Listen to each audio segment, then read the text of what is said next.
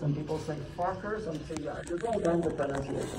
I don't know what the correct pronunciation is, but just to be simple, I'm going to say Farker. So, who was he? Well, remember, Santos came to Singapore because he wanted to set up a port, right? He had a group of people with him, and Farker was one of the people who was with him. Now, Farker had been in Southeast Asia for a few years. He spoke the Malay language. He had a lot of contacts. He knew a lot of people here. So when Raffles left Singapore, he said to Farker, you will become the first resident. You will be the main man whose job, you will represent the British in Singapore, and you will set up the port. That's what his job was. However, Farker had a problem. He had a big problem. The problem was, when you set up a port, usually, how do you make money? If you're running a government in a port, you need to find a way to make money. Now the Dutch knew, oh, this is easy. We just charge taxes. When someone wants to come and trade in our port, we charge them taxes, and that's how we get our money. Farker's problem was, Raffles said, I don't want taxes in Singapore. I want Singapore to be a place of free trade. So, if that sounds good, if they can get lots of trade, the problem for the government is where you're going to get all your revenue from. So Farker had to find a way to get some revenue. Now Farker was pretty smart, and he realized that the population of Singapore is growing very quickly, and we have lots and lots of people coming here. But who are the people that are coming to Singapore? It's not a husband and wife and 2 little children. It's mostly single men. It's mostly sailors. It's mostly laborers and coolies. Now laborers and coolies and sailors, what do they like to do when they have free time? Well, they like to drink alcohol. They like to take drugs. They like to be with single women. So Farker realized, this is where I can get my revenue from. What I can do is I can sell licenses to people, to entrepreneurs, so that they will provide these services to the people in Singapore. And that's exactly what he did. And that's how the British started to get their revenue to be able to run a port and provide services in the port of Singapore. Now Raffles came back to Singapore once or twice. He saw the way Farker was running the port. He wasn't very happy with him. He said, look, this is not what I wanted. And he fired Farker. So Farker then left Singapore. However, as you can imagine, if you're the guy who basically makes it legal to smoke, to drink, to smoke, to take drugs, to be with women anytime you want, you're probably going to be pretty popular. So when Farker left Singapore, he was presented with this device, this, it's like they call it an epern. It's basically something you put on your dinner table, and then you put fruit on top and things like that. Now, the Chinese community in Singapore were so grateful for the work that Farker had done that when he left Singapore to go back to the UK, this was the gift that they gave to him. They really, really appreciated the work that he had done to set up the community, the port in Singapore. So, we know how the port was set up, and we know who set it up. What did it look like? What do you think Singapore looked like in the 1800s? If you look behind you over there, you can see a painting, and we'll go and talk about that painting, because that tells us a lot about how Singapore looked.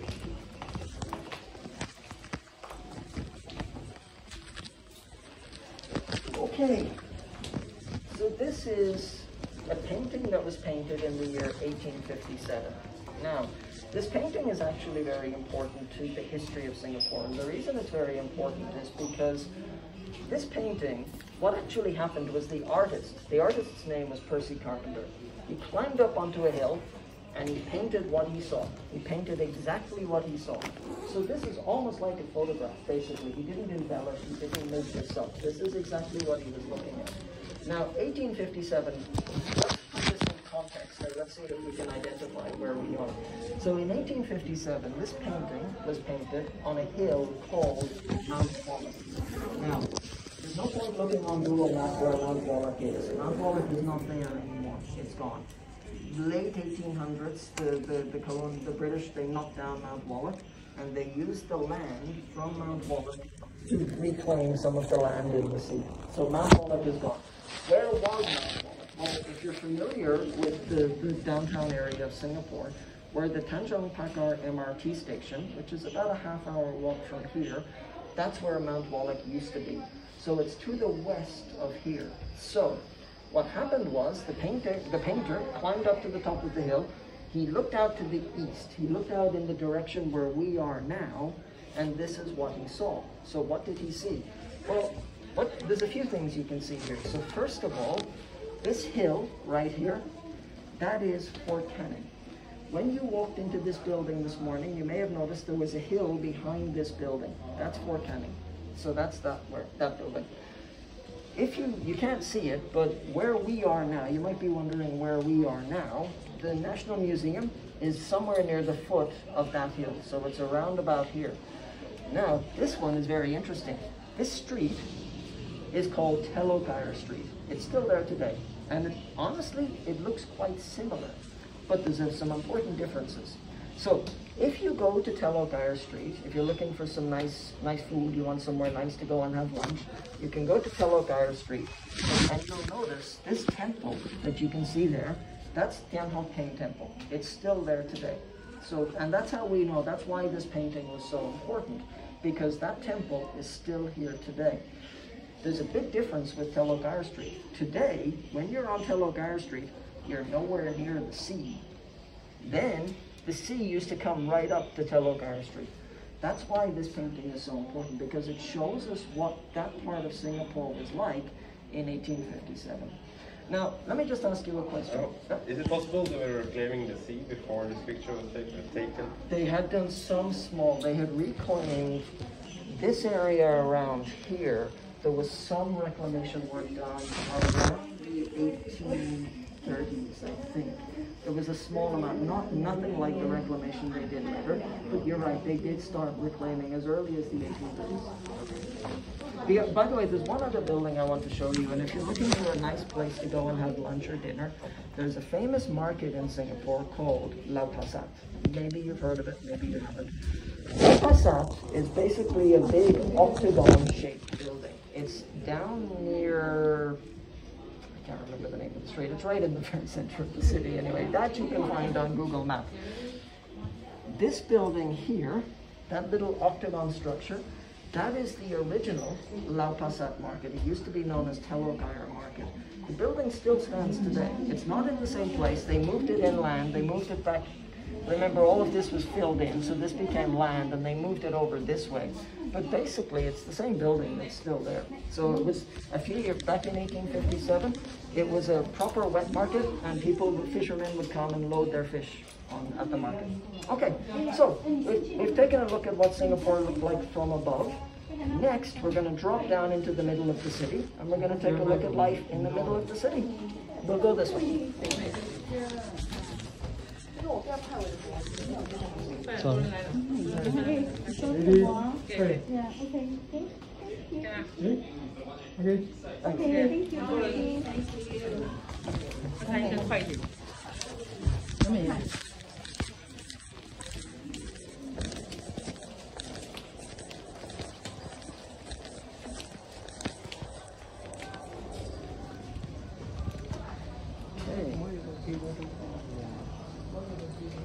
So welcome to the town center of colonial Singapore. What do you see when you look around you? Well, behind us you have some building sites. You can see the bricks, they are building sites. Over here you have a shop house with an opium den. We'll talk about that later. In the distance over there you have the doctor's clinic. That's where the doctor does his work. In the distance over there, you have the colonial governors looking down over their town center. But we're going to talk about this. Does anyone know what this is? What does it look like? It's a rickshaw. Is it right? It is a rickshaw. Yeah. So the rickshaw, basically what happened was in the early years of Singapore's history, when people wanted to get around the town, they would ride around the town in these carriages that were pulled by horses. But in 1880, the rickshaw, which was invented in Japan, was brought to Singapore. And suddenly people realized, hey, wait a minute, it's actually much easier to go around in a rickshaw than it is in a horse-drawn carriage. And so a lot of the people who came to Singapore, Singapore's population was growing dramatically. Remember, when William Farquhar and Stamford Raffles came here, there were about 1,000 people. By 1897, there were almost 200,000 people in Singapore. The population grew rapidly. And for a lot of the people who came to Singapore, they were mostly poor people. They came from India, they came from China, they came from other parts of Southeast Asia, and they needed to find a way to earn a living. Now, pulling a rickshaw was a great way to earn a living, because when you pull a rickshaw, you don't need any skills. You don't have to go to university and show someone your resume to pull a rickshaw. They just let you pull the rickshaw. That's the first thing about it. The second thing about pulling a rickshaw is when you pull a rickshaw, you pull someone from over there to over there. They get out of the rickshaw and they give you money. You get paid straight away. If you do other jobs, you don't get paid straight away. Maybe you get paid at the end of the day, maybe you get paid at the end of the week. So that's why people like to pull rickshaws, because they got paid straight away. But it was hard work. It was very hard work. Singapore is not, it doesn't have a lot of hills. It's not like Hong Kong or somewhere like that. But while today, when you look at Singapore today, what do you see? You see beautiful streets, paved, nice smooth streets. But back in those days, Singapore was not like that. Singapore then, the streets were very dusty. There was a lot of dirt, there was a lot of dust on the streets. And so what would happen is you basically would run around, you'd have dust coming into your lungs. When it rained, it would become very muddy. And so you'd have all your clothes would be covered in mud and things like that. Additionally, the rickshaw pullers, they worked very hard. They generally worked 7 days a week, usually about 12 hours a day. How much money did they earn? Well, in 12 hours, they would earn maybe 30 to 40 cents per day. However, they didn't own the rickshaw. If you earn 30 to 40 cents and you own your rickshaw, that's great, that's all your money, that's your profit. But the problem is they used to rent the rickshaws. How much did they pay for rent? Generally, they paid about 20 cents for rent. So it meant that their total profit at the end of every day was only about, at most, 10 to 20 cents. What did they spend that money on? Well, if you're a single man and you have a lot of free, well, you don't have a lot of free time, but you're tired at the end of the day, where do you want to go? Follow me and we'll go over here and we'll talk about where they spent their money.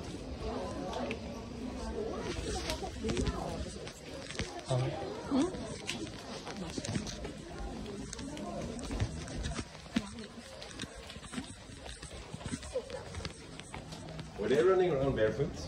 I think so. I think they were. Yeah, they were.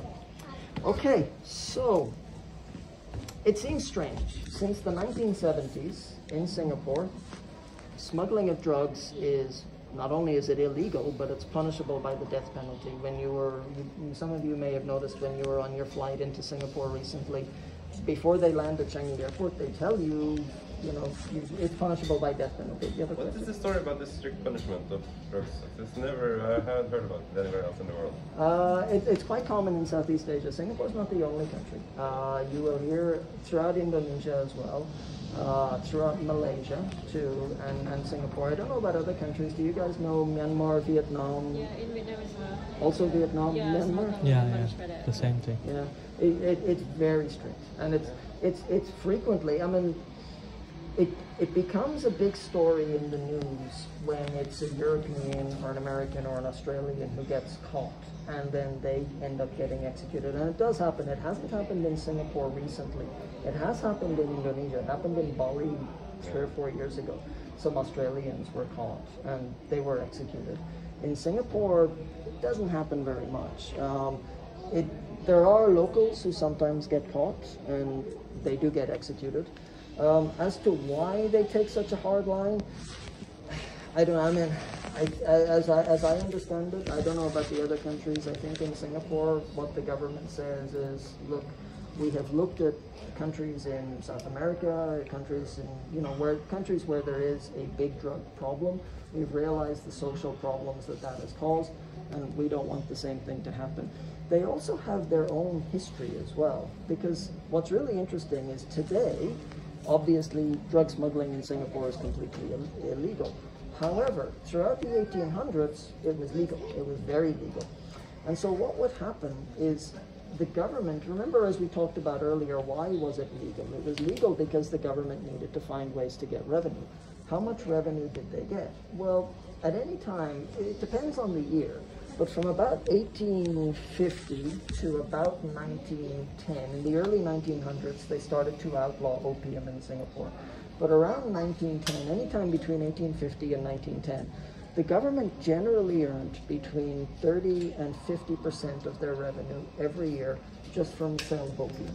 In the early days, the government would sell licenses to merchants so they could produce the opium. Later, after 1910, the government started to produce it themselves. They became the drug traffickers themselves. But essentially, it shows you how important it was. However, what happened was, around the start of the 1900s, the government started to, not the government, but local merchants, local people started to realize the social impact that it was having. And over time, they convinced the government this is not good. And I think in answer to your question, I think part of why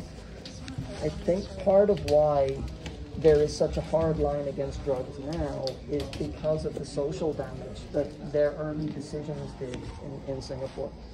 So that's the overall picture about opium. What was it like for the rickshaw pullers? They would come here at the end, they'd work 12 hours. At the end of the day, they would come into a little place like this. And what they would do is, they had about, 10, 20 cents. They would take their small amount of earnings. They would come here. They would lie down, as you can see here. They'd lie down in a place like this. And they would be given an opium pipe, which you can see a sample behind you there. They would light the flame under the opium pipe, and then the fumes would start to come out, and then they would start smoking the fumes. What did they look like? So when they were finished smoking, you can see some samples of them here. These are actual photographs that were taken of actual opium smokers. And you'll notice a few things if you look at them. So the first thing is, look at the eyes. Completely glazed over. You can't see anything in the eyes. The other thing is, look how muscular these guys are too. I mean, they're very thin. Mm-hmm. We'll talk about why they're very thin next, but they're also very muscular as well because they were doing hard manual labor. They were pulling rickshaws around. Why were they so thin? Well, two reasons. First of all, they were spending a lot of their money on... Not on food, but on opium. Exactly.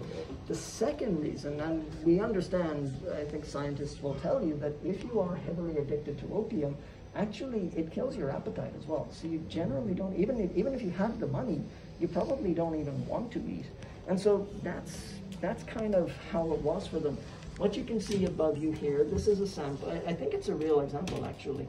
This is a sign that was placed above an opium den in Singapore, I don't know what year, sometime in the early 20th century, so about 100 years ago.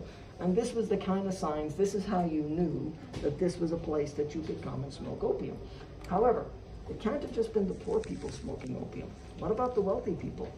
They smoked too, but it was for them, it was very different.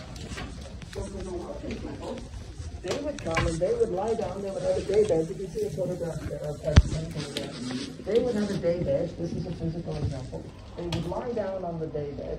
They would be served tea. It was all very civil. They were served tea and they were told, okay, you drink tea. You can have your opium pipe and you can be happy. You can see the looks of the smiles on their faces compared to the poor people. Okay, so we've talked about what life was like in colonial Singapore. It was a hard life. What we're going to do next is we're going to jump on a little bit and we're going to go and talk about how the British were kicked out of Singapore. What happened, the Second World War. So, follow me. We'll go and talk about the Second World War.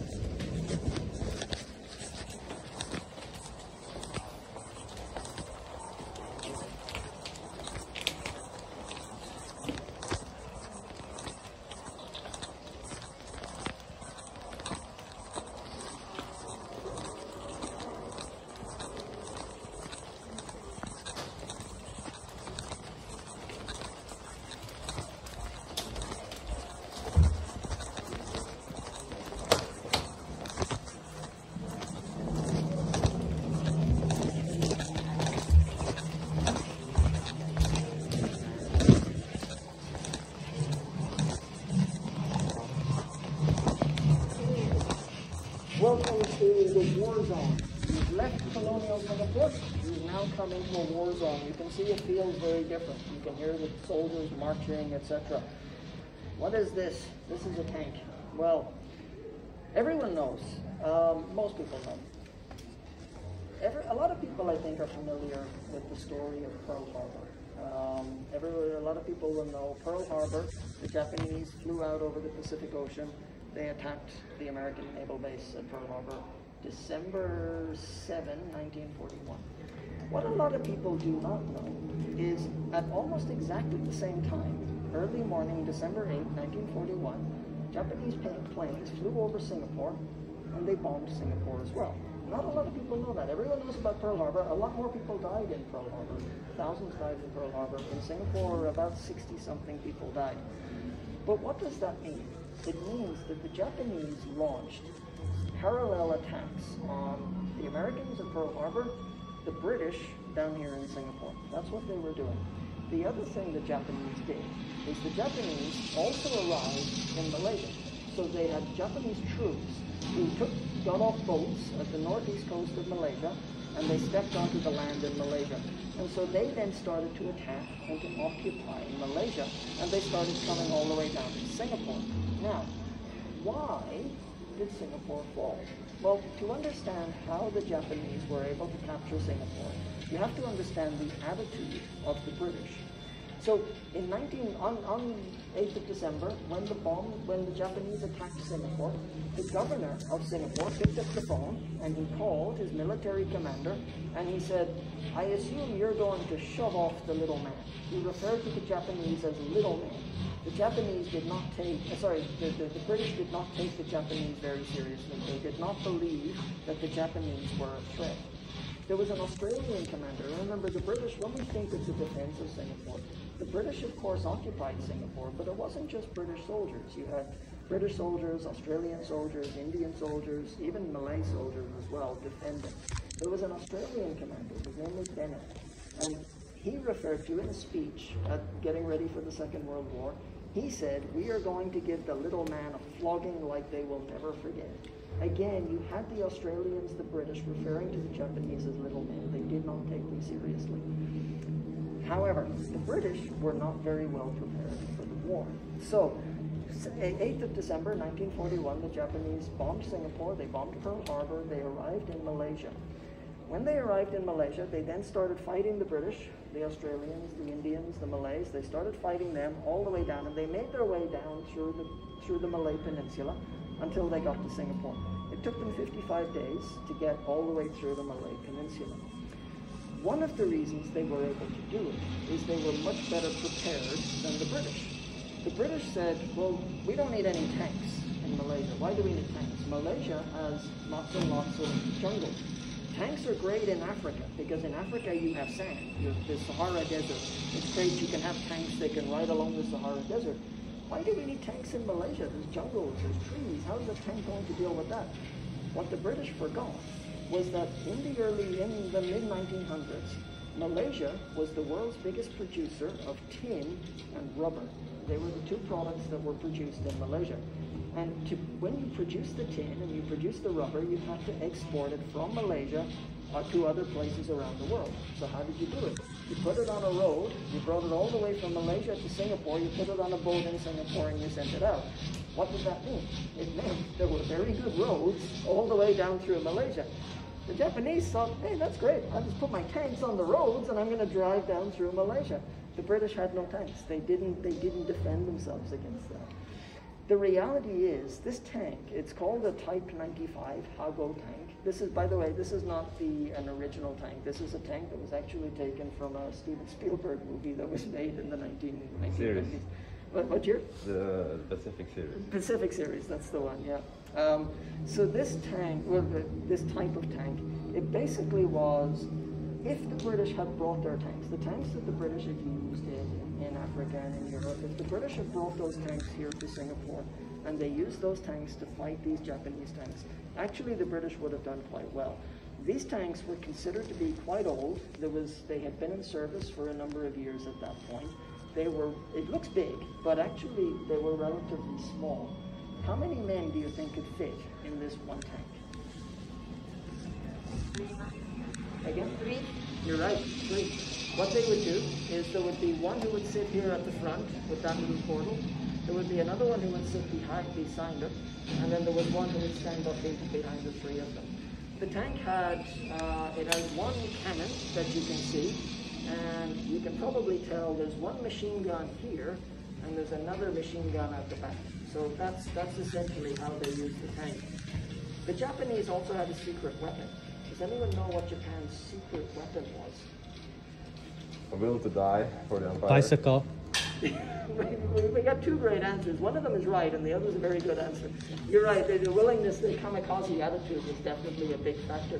But you're completely right. The bicycles behind you. If you take a look, why was the bicycle a secret weapon?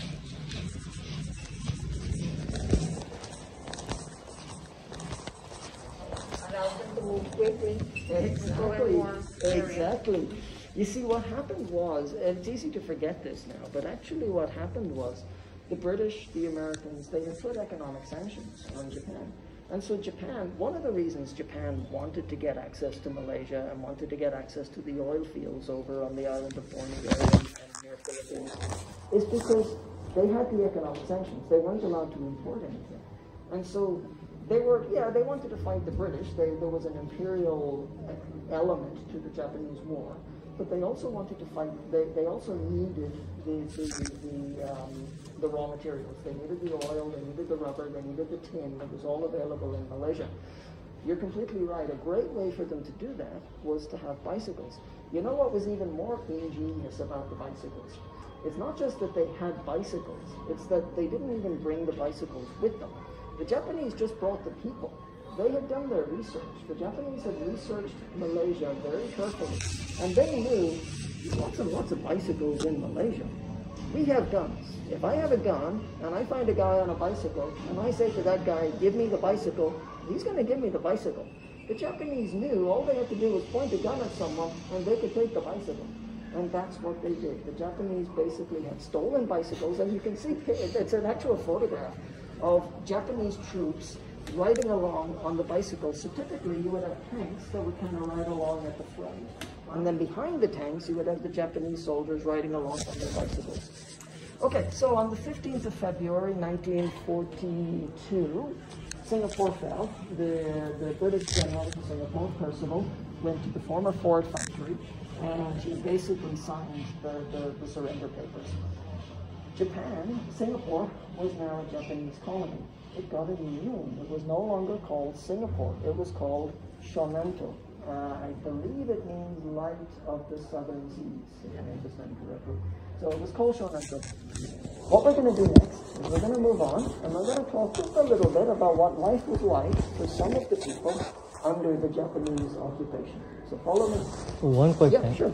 So the thing is, I read something about even though the military is winning over the Japan, but the leadership is surrendering. Is that correct? You mean the British military? Yeah. Not okay. So it's not to say that they were winning. I think winning is maybe not entirely accurate. But what the British didn't know is, and the Japanese knew this, is the Japanese were running out of weapons. They were running out of ammunition. And the Japanese knew that they only had, remember, so basically what happened was Japan surrounded the city of Singapore. So the city of Singapore, where we are now, was where everyone was. All the outskirts of the city, the suburbs, that's where the Japanese were. And what the Japanese were doing is they were basically blockading the city. They had access to the water supply. They had access to basically drop bombs on the city, and they were bombing the city. The British were trying to defend as best they could, but the British, what they didn't know was Japan was actually about to run out of ammunition. If the British had held on for a few more days, maybe another 3, 4, maybe 5 more days, the Japanese might have run out of ammunition, and they might have started to retreat.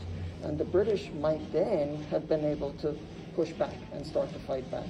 So I think that's true. I don't think it's true to say that they were actually winning. It wasn't. In fact, Churchill, so the British Prime Minister at the time, Winston Churchill, issued a command to the military in Singapore and said, I expect every single soldier in Singapore to fight till the very end. I do not want you to surrender. So the surrender was the decision made by Percival and his boss, the military commander in Southeast Asia, in agreement with the governor in Singapore.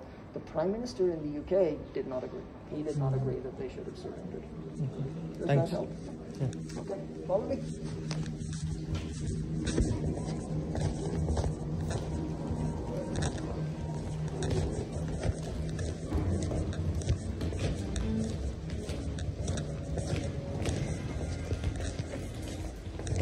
Yeah.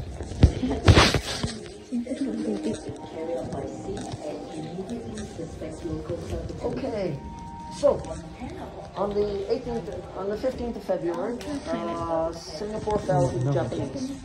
1 week later, on the 22nd of February, the Japanese issued a command to all the local Chinese men in Singapore. They said, we're going to set up inspection centers at different places around the city in Singapore, and we want all Chinese men between the age of 18 and 50 to come to these inspection centers. They were looking for a few things. So remember, before the Japanese arrived in Singapore, they had of course been fighting with the Chinese in China for many, many years before that, going back to the actually way back to the late 1800s. They'd been fighting with the Chinese. They knew there were many Chinese men in Singapore who had supported the Chinese war against the Japanese. They were looking for these kind of men. They also knew that there were Chinese men in Singapore who had supported the British in their war against the Japanese. They also knew that there were gangs. So that one of the things, you don't see it as much in Singapore anymore, but in the 1900s it was very common that there were a lot of Chinese gangs in Singapore. The Japanese were looking for all of